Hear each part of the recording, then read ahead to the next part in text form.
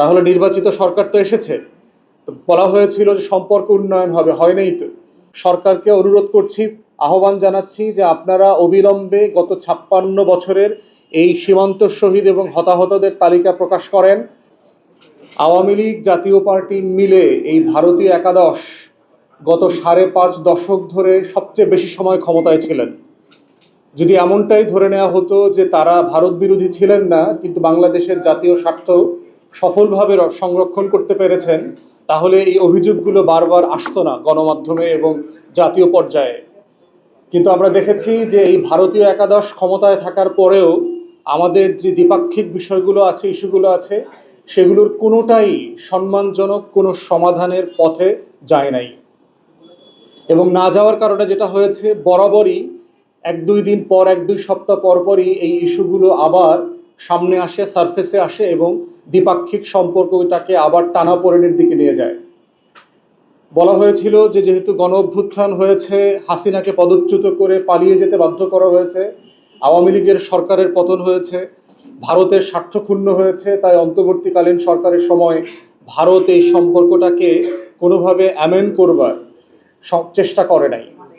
তারা বারবার বলেছে নির্বাচিত সরকার যদি আসে, নির্বাচনের পরে তারা সবকিছু ঠিক করে নেবে। নির্বাচিত সরকার আসবার পরেও আমরা দেখতে পাচ্ছি আচার আচরণ খাইসলতে কোনো পরিবর্তন দিল্লির পক্ষ থেকে প্রকাশ করা হচ্ছে না, প্রতীয়মান হচ্ছে না।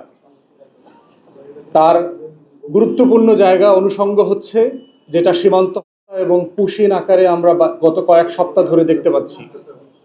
গত 3.5 মাসে নির্বাচিত সরকার আসার পরে প্রায় 22 থেকে 23 জন বাংলাদেশি নাগরিককে নৃশংসভাবে হত্যা করা হয়েছে আমাদের সীমান্তে।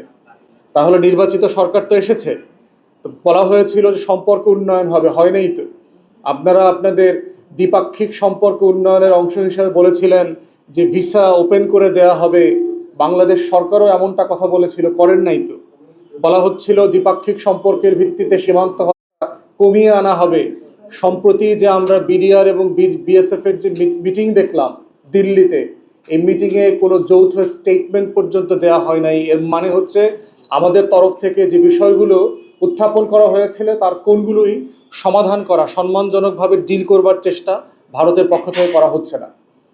তাহলে তেমন একটা বাস্তবতায় যেই সীমান্ত হত্যা গত দশকের পর দশক ধরে চলে আসছে, আমাদের হাজার হাজার নাগরিকদেরকে হত্যা করা হয়েছে, সেটার সমাধান আসলে কোন পথে?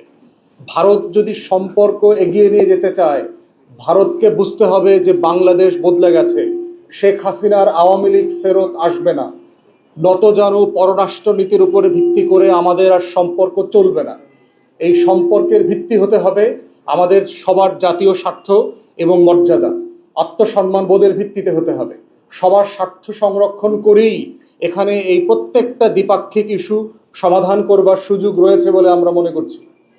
আমরা বিভিন্ন জরিপে দেখেছি যে সীমান্তে গত 5.5 দশকে বিভিন্ন মেয়াদে কয়েক হাজার নাগরিককে হত্যা করা হয়েছে। সলিড কোনো তথ্য নাই। আমরা পররাষ্ট্র এবং আমাদের স্বরাষ্ট্র মন্ত্রণালয়কে আহ্বান করব, আপনারা বিজিবি বিডিআর এর মাধ্যমে গত 56 বছরে আমাদের সীমান্ত শহীদদের তালিকা প্রকাশ করবেন, হতাহতদের তালিকা প্রকাশ করবেন, কত ঘটনা ঘটেছে, কার কি পরিমাণ সম্পত্তির হানি হয়েছে, এর প্রত্যেকটার বিস্তারিত তালিকা কালেকটিভলি প্রকাশ করবেন, যেটা আন্তর্জাতিক মহলে আমরা প্রেজেন্ট করতে পারি।